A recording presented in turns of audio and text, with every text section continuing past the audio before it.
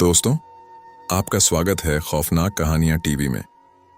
आज की कहानी सुनकर शायद आपकी आंखें भी भर आएंगी, क्योंकि यह कहानी है एक ऐसे पिता की जो खुद भूखा रहकर अपनी बेटी को स्कूल भेजता रहा।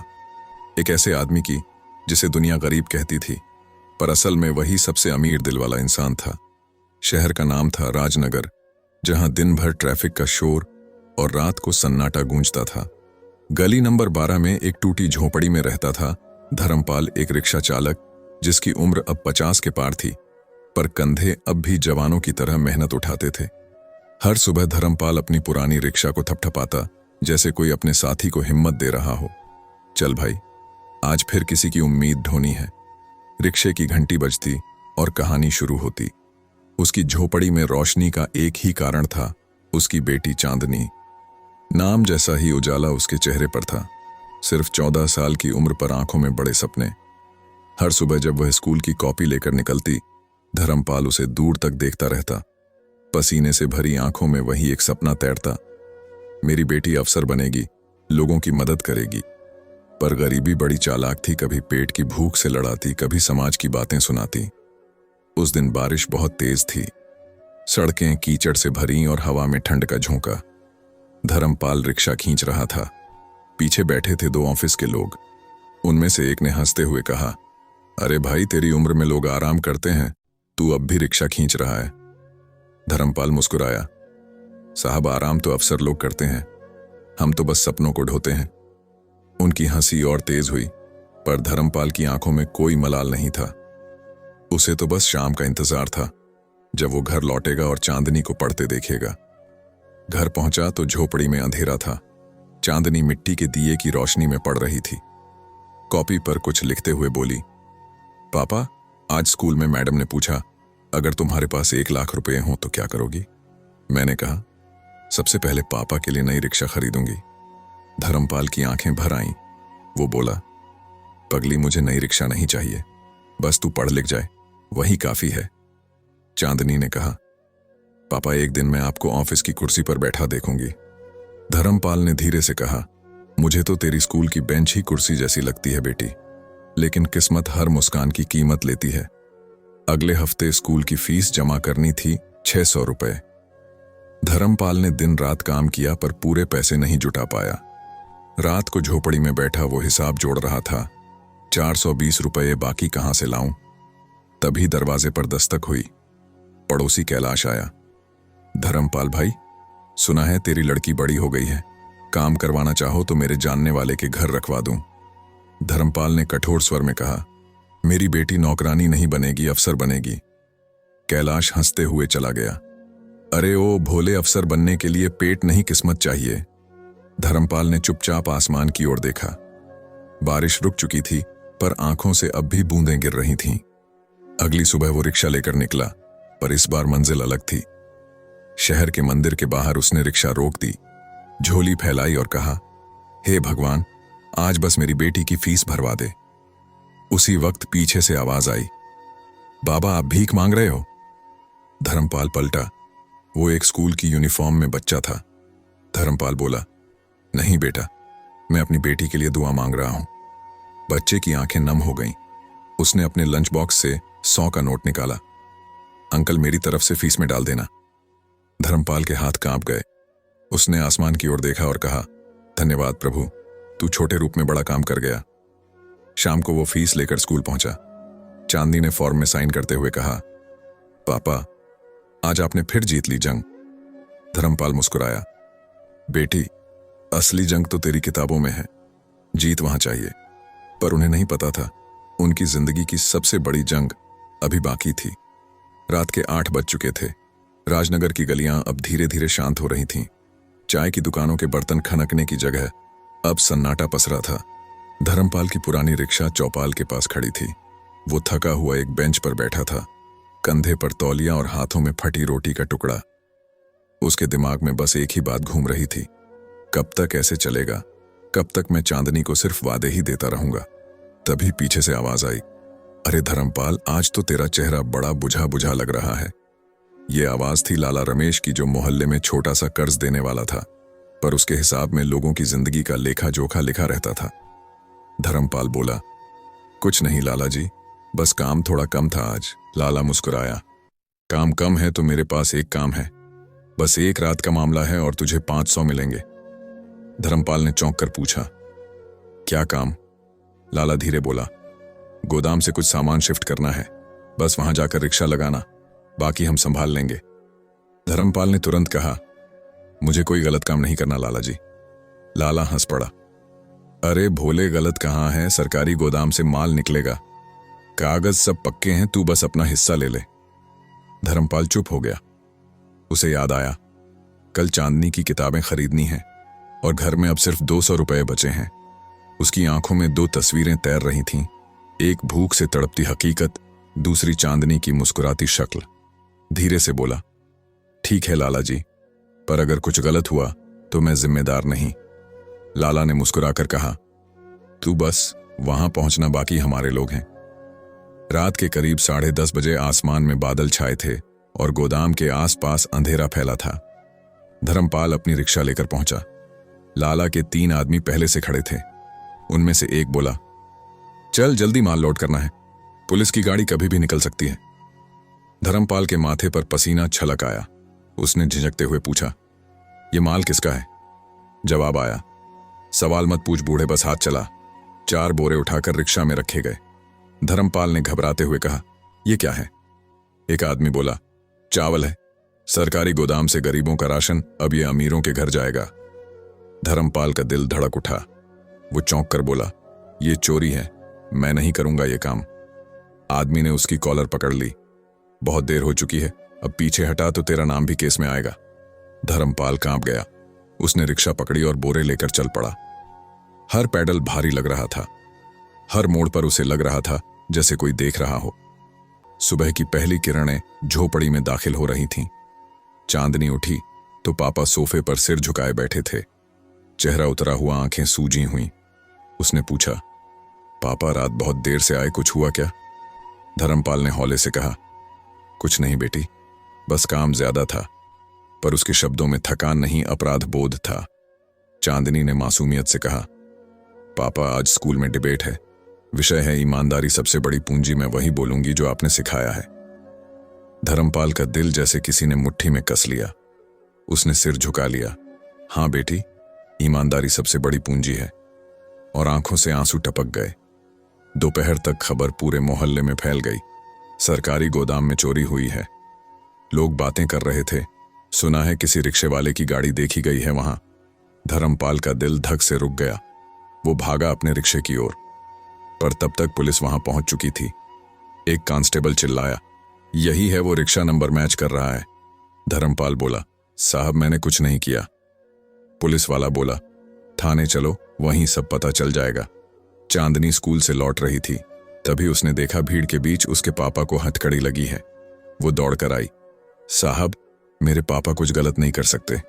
धर्मपाल ने आंसुओं में भी मुस्कुरा कर कहा, बेटी, सच को कभी छिपाया नहीं जा सकता, कभी कभी भगवान भी परखता है। थाने में पूछताछ शुरू हुई। लाला रमेश गायब था।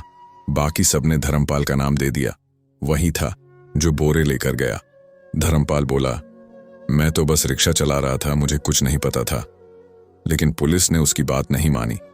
रात को जब उसे लॉकअप में डाला गया, उसकी आंखों में सिर्फ एक चेहरा था, चांदनी का। वो खुद से बड़बड़ाया, क्या मैंने अपने सपनों को खुद मिट्टी में मिला दिया? अगली सुबह चांदनी थाने पहुंची। उसने पिता के सामने हाथ जोड़कर कहा, पापा मैं वादा करती हूं आपका नाम साफ कराऊंगी। धर्मपाल ने मुस्कुराकर कहा, बेटी सच को वकील नहीं चाहिए, वक्त चाहिए। लेकिन उस दिन की वो छोटी बच्ची अब एक आग बन चुकी थी, जिसे न गरीबी बुझा सकती थी न डर। दोस्तों, जिंदगी में कुछ वक्त ऐसे आते हैं जब इंसान की उम्र नहीं उसके इरादे बोलते हैं। चांदनी अब वही बच्ची नहीं थी जो स्कूल की डिबेट में ईमानदारी पर भाषण देती थी। वो अब जवान हो चुकी थी, पर उसकी आंखों में अब भी एक अधूरा सवाल था, क्या सच में उसके पिता चोर थे? वक्त बीत चुका था। धर्मपाल को सजा हुए 5 साल हो चुके थे। वो अब भी जेल में था और बाहर चांदनी हर दिन अपने पापा का नाम साफ करने की कोशिश कर रही थी। हर सुबह वो थाने के बाहर बैठती, पुरानी फाइलों के पन्ने पलटती और हर शाम थकी हुई लौट जाती, लेकिन उम्मीद कभी नहीं टूटी। एक दिन चांदनी ने मां की पुरानी संदूक खोली। अंदर उसे एक पुराना नोटबुक मिला जिसमें धर्मपाल ने रोज का हिसाब लिखा था। किस दिन कितना किराया, किस दिन कौन सा सवारी, और उसी में एक तारीख लिखी थी, 12 जून की रात, गोदाम नंबर 4, रमेश का काम। चांदनी की आंखें फैल गईं। रमेश वही लाला रमेश जो उस रात का असली सूत्रधार था। पर अब वो कहाँ था? उसने शहर के पुराने इलाके की तरफ रुख किया जहां कभी लाला रमेश की दुकान हुआ करती थी। अब वहां टूटी दीवारें और जंग लगे ताले थे। पास ही एक बूढ़ा चौकीदार बैठा था। चांदनी ने पूछा, बाबा, यहां पहले रमेश जी की दुकान थी ना? बूढ़ा बोला, हाँ बिटिया थी तो, पर वो तो 5 साल पहले भाग गया। सुना है किसी बड़े अफसर के साथ उसका सौदा बिगड़ गया था। चांदनी के भीतर एक नई लौ जल उठी। मतलब पापा निर्दोष थे। उसने धीरे से कहा। अब उसे पता था अगर किसी को ढूंढना है तो उस अफसर को जिसने रमेश को गायब कराया। अगले ही दिन चांदनी कोर्ट के रिकॉर्ड सेक्शन पहुंची। वहां पुराने केस की फाइलें धूल में पड़ी थीं। उसने अपने पिता का केस नंबर निकाला, case number 47 B state versus Dharampal. File खोलते ही उसकी नजर एक साइन पर पड़ी, जांच अधिकारी इंस्पेक्टर महेश सिंह। वो तुरंत थाने पहुंची। महेश अब रिटायर हो चुका था, पर स्टेशन के लोग बोले वो तो अब सिटी के बाहर अपने गांव में रहते हैं। चांदनी ने बिना एक पल गंवाए बस पकड़ी और चल पड़ी। गांव के बाहरी हिस्से में एक झोंपड़ी दिखी। बूढ़ा इंसान लकड़ी के बिस्तर पर बैठा था। यही था महेश सिंह। चांदनी ने धीरे से कहा, महेश अंकल, मैं धर्मपाल की बेटी हूं। वो चौंक गया। धर्मपाल? वो तो चोरी के केस में गया था। चांदनी बोली, उसी झूठे केस में, और आपने ही रिपोर्ट बनाई थी। महेश ने सिर झुका लिया। बिटिया, जो आंखों से देखा वही लिखा। गोदाम में उसके रिक्शे का नंबर मिला था। चांदनी ने फाइल से एक पेज दिखाया। पर यह रसीद देखिए, उस रात मेरे पापा स्टेशन पर थे। उन्होंने एक सवारी छोड़ी थी। ये एंट्री खुद उनकी डायरी में है। महेश ने कागज थामा। चेहरा फीका पड़ गया। ये तो मुझे कभी नहीं दिखाई गई थी। वो बड़बड़ाया। चांदनी बोली, क्यों नहीं दिखाई गई? किसने रोका था आपको सच देखने से? महेश ने कांपते हुए कहा, लाला रमेश और उसके पीछे था एक अफसर, डीएसपी अरुण मेहरा। उसी ने सब सेट कराया था। चांदनी की मुट्ठियां भींच गईं। मतलब मेरे पापा को जानबूझकर फंसाया गया। महेश की आंखों में पछतावा झलकने लगा। बिटिया, अब तो मैं बूढ़ा हूं, पर अगर तू सच में लड़ना चाहती है तो मैं गवाही दूंगा। अगले दिन चांदनी शहर लौटी। अब वो सिर्फ रिक्शे वाले की बेटी नहीं, एक योद्धा बन चुकी थी। उसने मीडिया ऑफिस के बाहर जाकर आवाज लगाई, मेरा नाम चांदनी धर्मपाल है और मैं अपने पिता के लिए इंसाफ चाहती हूं। रिपोर्टर हंसने लगे। हर दिन कोई ना कोई कहानी लेकर आ जाता है। लेकिन चांदनी ने जोर से कहा, मेरे पास सबूत हैं, फाइलें हैं, गवाह है। संपादक ने उसकी आंखों में देखा। वो आंखें झूठ नहीं बोल सकती थीं। उसने कहा, ठीक है लड़की, अगर तेरे पास सच है तो बता, हम तेरी आवाज बनेंगे। अगले हफ्ते अखबार की हेडलाइन थी, 5 साल पहले के गोदाम चोरी केस में नया मोड़, रिक्शे वाले की बेटी ने उठाए सवाल, कौन था असली चोर? पूरा शहर सन्न रह गया। जेल में बैठे धर्मपाल के कानों तक जब यह खबर पहुंची, वो दीवार के सहारे उठे और फूट पड़े। मेरी चांदनी, मेरी बेटी सच में मेरी रोशनी बन गई। उधर डीएसपी अरुण मेहरा के ऑफिस में खलबली मच गई। उसने अपने आदमी को बुलाया। उस लड़की का मुंह बंद करो वरना सब उजागर हो जाएगा। रात में किसी ने चांदनी के घर का दरवाजा खटखटाया। वो बोली, कौन? जवाब आया, सच की कीमत बहुत महंगी होती है चांदनी। पर जब दरवाजा खुला, बाहर कोई नहीं था। बस एक लिफाफा पड़ा था जिसमें लिखा था, चुप रहो वरना तुम्हारे पिता कभी बाहर नहीं आएंगे। उस रात चांदनी सो नहीं पाई। आंखों में डर नहीं, गुस्सा था। वो मां की तस्वीर के सामने बैठी बोली, अब मैं डरूंगी नहीं। अगर इस सिस्टम में इंसाफ बिकता है तो मैं वही बनूंगी जो इसे खरीद सके। मैं वकील बनूंगी। और उसी दिन से उसने कसम खाई, अब कोई उसकी आवाज नहीं दबा पाएगा। अगली सुबह उसने लॉ कॉलेज में दाखिला लिया। दिन में काम, रात में पढ़ाई। लोग हंसते, रिक्शे वाले की बेटी वकील बनेगी। पर उसने बस एक बात दोहराई, मैं अपने पिता का नाम साफ कराऊंगी। हर किताब के पन्ने में उसे पापा की आंखें दिखतीं। हर केस स्टडी में एक सवाल, क्या ईमानदारी सच में हार जाती है? लेकिन चांदनी जानती थी इस बार जीत उसकी होगी। दोस्तों कहते हैं, जब किसी का दर्द उसकी ताकत बन जाता है तो वो इंसान रुकता नहीं, इतिहास बदल देता है। धर्मपाल की बेटी चांदनी अब वही तूफान बन चुकी थी जिसे कोई भी डर या धमकी नहीं रोक सकती थी। दिन बीतते गए, साल गुजरते गए। चांदनी अब वकील बन चुकी थी। उसने शहर की सबसे सख्त लॉ यूनिवर्सिटी से टॉप किया, पर उसका असली इम्तिहान अब शुरू हुआ था, क्योंकि अब उसे अपने पिता का केस दोबारा खोलना था। जेल के बाहर की दीवारों पर उसके पापा की तस्वीर लगी थी। लोग अब भी कहते, वो चोर का केस मत छेड़ना वरना तेरा करियर खत्म हो जाएगा। पर चांदनी के जवाब में बस एक मुस्कान थी। मैं करियर नहीं, इंसाफ चाहती हूं। वो कोर्ट के सामने खड़ी हुई, हाथ में वही पुरानी फाइल जिस पर लिखा था स्टेट वर्सेस धर्मपाल। उसने नए सिरे से केस दोबारा खोलने की अर्जी दी। जज ने फाइल देखी और बोला, इस केस को बंद हुए 5 साल हो चुके हैं, तुम्हारे पास नया सबूत है। चांदनी ने आत्मविश्वास से कहा, जी हां माननीय न्यायालय, मेरे पास सबूत भी है, गवाह भी। पूरा कोर्ट हॉल सन्न हो गया। बेंच पर बैठे लोग सोचने लगे, एक रिक्शे वाले की बेटी आज खुद अदालत में खड़ी है अपने पिता के लिए। केस की अगली सुनवाई तय हुई। चांदनी रात भर जागकर तैयारी करती। उसके कमरे की दीवारों पर नोट्स, फोटोज और पुरानी रिपोर्ट्स लगी थीं। मां की तस्वीर के सामने दीपक जलता और वो खुद से कहती, अब पापा की सजा मेरी लड़ाई है। सुनवाई का दिन आया। कोर्ट नंबर 3, वही जगह जहां 5 साल पहले धर्मपाल को दोषी ठहराया गया था। अब वहां उनकी बेटी खड़ी थी, वकील चांदनी धर्मपाल। जज बोले, वकील चांदनी, आप क्या साबित करना चाहती हैं? वो बोली, माननीय न्यायालय, मेरे पिता को झूठे आरोप में सजा हुई असली गुनहगार डीएसपी अरुण मेहरा और लाला रमेश थे। अंदर बैठे सब लोग एक दूसरे को देखने लगे। अरुण मेहरा कोर्ट में मौजूद था। उसके चेहरे पर हंसी थी। लड़की, तू जानती है किससे टकरा रही है? चांदनी बोली, हां सर, मैं उसी से टकरा रही हूं जो कानून का इस्तेमाल हथियार की तरह करता है। चांदनी ने पहला सबूत पेश किया, धर्मपाल की डायरी। उसमें उस रात का रिकॉर्ड दर्ज था जब चोरी हुई थी। गोदाम नंबर 4, रात 10 बजे स्टेशन से सवारी छोड़ी। फिर उसने एक और दस्तावेज दिखाया, रेलवे स्टेशन का एंट्री लॉग। यहां देखिए, उसी तारीख और समय पर धर्मपाल का नाम दर्ज है। जज ने फाइल उठाई। अरुण मेहरा के वकील ने बीच में कहा, यह सब झूठ है, ये लड़की मीडिया से मिली हुई है। चांदनी ने शांत आवाज में कहा, अगर मैं झूठ बोल रही हूं तो फिर यह गवाह झूठ क्यों बोलेगा? और तभी कोर्ट में आया बूढ़ा इंस्पेक्टर महेश सिंह, वही जिसने 5 साल पहले रिपोर्ट बनाई थी। महेश ने हाथ जोड़कर कहा, माननीय न्यायालय, मुझसे गलती हुई थी। उस रात मेरे ऊपर दबाव था। डीएसपी अरुण मेहरा ने कहा था, धर्मपाल को दोषी लिखो वरना नौकरी चली जाएगी। पूरा कोर्ट हॉल गूंज उठा। जज ने हथौड़ा बजाया, silence in the court. Arun Mehra के चेहरे से रंग उड़ गया। वो बोला, झूठ है ये सब, ये बूढ़ा पागल हो गया है।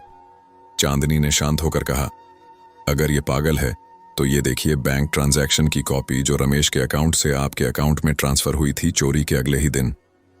जज ने बैंक स्टेटमेंट देखा और फिर अरुण की तरफ देखा। क्या आप कुछ कहना चाहेंगे?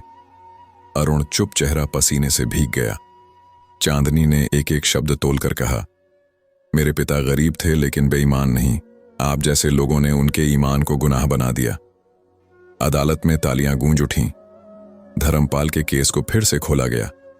अरुण मेहरा को जांच के लिए निलंबित कर दिया गया और कोर्ट ने कहा, अगर अगले हफ्ते तक यह सबूत सही साबित होते हैं तो धर्मपाल को तुरंत रिहा किया जाएगा। चांदनी की आंखों से आंसू गिर पड़े, लेकिन इस बार दर्द के नहीं, उम्मीद के थे। वो जेल पहुंची, पिता के सामने झुकी और बोली, पापा, मैं जीतने वाली हूं। धर्मपाल ने कांपते हुए हाथ उठाया और कहा, मुझे तुम पर गर्व है चांदनी। तूने वो कर दिखाया जो मैंने सपने में भी नहीं सोचा था। पर कहानी यहीं खत्म नहीं हुई थी, क्योंकि अगले दिन अखबार में खबर आई, लाला रमेश शहर लौटा है और उसके पास थे कुछ ऐसे कागज जो सब पलट सकते थे। शहर में हलचल मच गई। कहीं ये जीत अधूरी न रह जाए, कहीं फिर से कोई चाल न चली जाए। चांदनी अब और मजबूत थी। वो बोली, अब कोई डर नहीं, सच को जितना दबाओगे वो उतना ऊंचा उठेगा। दोस्तों कहते हैं सच देर से आता है, लेकिन आता जरूर है। धर्मपाल की बेटी चांदनी ने वो सच ढूंढ निकाला था जिसे झूठ और ताकत ने 5 साल तक दफन कर दिया था। लेकिन कहानी यहां खत्म नहीं हुई थी, क्योंकि अब लौट आया था वो इंसान जिसने इस कहानी की शुरुआत की थी, लाला रमेश। एक शाम अखबार की हेडलाइन थी, गोदाम चोरी केस का असली साथी रमेश लौटा। शहर में चांदनी ने खबर पढ़ी, चेहरे पर हल्की मुस्कान आई। अब खेल खत्म होने वाला है। पर रमेश आया था, डर के मारे नहीं, वो आया था अपने पुराने पापों को मिटाने। वो थाने में खुद गया और बोला, मुझे बयान देना है। अगले दिन कोर्ट नंबर 3 में भीड़ थी। हर चेहरा उत्सुक था, क्या आज धर्मपाल को न्याय मिलेगा? जज ने कहा, रमेश, तुम इस केस के मुख्य गवाह और संदिग्ध दोनों हो, तुम क्या कहना चाहते हो? रमेश कांपते हुए बोला, माननीय न्यायालय, उस रात चोरी मैंने नहीं की थी, लेकिन मैंने असली चोर को देखा था। पूरा कोर्ट हॉल खामोश हो गया। चांदनी की आंखों में चमक आई। रमेश ने आगे कहा, डीएसपी अरुण मेहरा ने मुझे कहा था कि गोदाम के रजिस्टर से नाम हटा दो, और अगर किसी को फंसाना है तो धर्मपाल को फंसाओ। वो गरीब है, आवाज नहीं उठाएगा। कोर्ट में सन्नाटा छा गया। अरुण मेहरा की तरफ सबकी नजरें गईं। वो गुस्से में कुर्सी से उठा, झूठ, ये सब बकवास है। पर तभी दरवाजा खुला। अंदर आया एक पुलिस अधिकारी, हाथ में था पेन ड्राइव। माननीय न्यायालय, हमें पुराना सीसीटीवी फुटेज मिला है जो गोदाम के पास के एटीएम से जुड़ा है। वो फुटेज स्क्रीन पर चला। वीडियो में साफ दिख रहा था, रात के 10:30 बजे एक गाड़ी गोदाम के बाहर रुकी और उसमें से निकला अरुण मेहरा खुद। पूरा कोर्ट हॉल हिल गया। अरुण का चेहरा पीला पड़ गया। जज ने हथौड़ा बजाया, डीएसपी अरुण मेहरा, आप पर साक्ष्य मिटाने, बेगुनाह को फंसाने और चोरी का आरोप सिद्ध होता है। चांदनी की आंखों से आंसू बह निकले। उसने मां की तस्वीर की तरफ देखा जो उसके बैग में थी। मां पापा बेगुनाह साबित हो गए। जज ने आगे कहा, धर्मपाल निर्दोष हैं, उन्हें तुरंत रिहा किया जाए। पूरा कोर्ट हॉल तालियों से गूंज उठा। धर्मपाल को पुलिस की गाड़ी से लाया गया। वो कमजोर सफेद बालों वाला बूढ़ा पिता जब कोर्ट में दाखिल हुआ तो चांदनी दौड़कर उनके गले लग गई। धर्मपाल बोले, बेटी, तूने वो कर दिखाया जो मैंने भगवान से भी नहीं मांगा था। चांदनी बोली, पापा, अब कोई गरीब बाप अपनी सच्चाई के लिए भीख नहीं मांगेगा। बाहर मीडिया का जमावड़ा था, कैमरे फ्लैश कर रहे थे, रिपोर्टर सवाल पूछ रहे थे। चांदनी जी, अब आप क्या करेंगी? वो मुस्कुराई, अब मैं उन सब का केस लड़ूंगी जिनके पास वकील नहीं, जिनके पास बस सच है। अरुण मेहरा को कोर्ट ने 7 साल की सजा सुनाई। रमेश को माफी दी गई क्योंकि उसने सच कबूल किया था। महेश सिंह ने कहा, आज चैन से मर सकूंगा। धर्मपाल अब जेल से बाहर था, पर उस रात उसके घर में सन्नाटा नहीं, दियों की रोशनी थी। मां की तस्वीर के आगे दोनों ने मिठाई रखी और धर्मपाल ने कहा, तेरी मां को आज गर्व होगा। अगले हफ्ते अखबार में लिखा था, रिक्शे वाले की बेटी बनी इंसाफ की मिसाल। चांदनी धर्मपाल एक नाम जो हर गरीब की उम्मीद बन गया। चांदनी अब शहर के लीगल एड सेंटर में काम करने लगी। वो दिन में केस लड़ती, रात में झुग्गियों में बच्चों को पढ़ाती। हर बच्चा उसे दीदी कहता। वो मुस्कुराकर कहती, पढ़ लिख लो ताकि कोई तुम्हें झूठा साबित न कर सके। एक दिन अदालत के बाहर एक बच्ची उसके पास आई, दीदी, आप ही वो हो ना जिन्होंने अपने पापा को जेल से छुड़ाया? चांदनी मुस्कुराई, हाँ, और अब तुम्हें भी सिखाऊंगी कि हक कैसे लिया जाता है। उस दिन चांदनी अपने पिता के साथ शहर की सड़कों पर चली। सूरज ढल रहा था, पर उसके दिल में अब एक नई सुबह थी।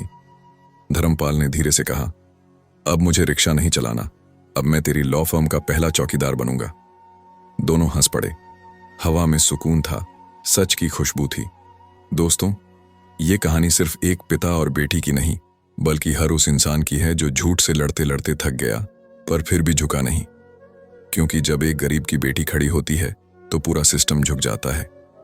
अगर आपको ये कहानी दिल को छू गई तो इस वीडियो को लाइक करें, चैनल को सब्सक्राइब करें और कमेंट में लिखिए कैसी लगी। जय हिंद, वंदे मातरम।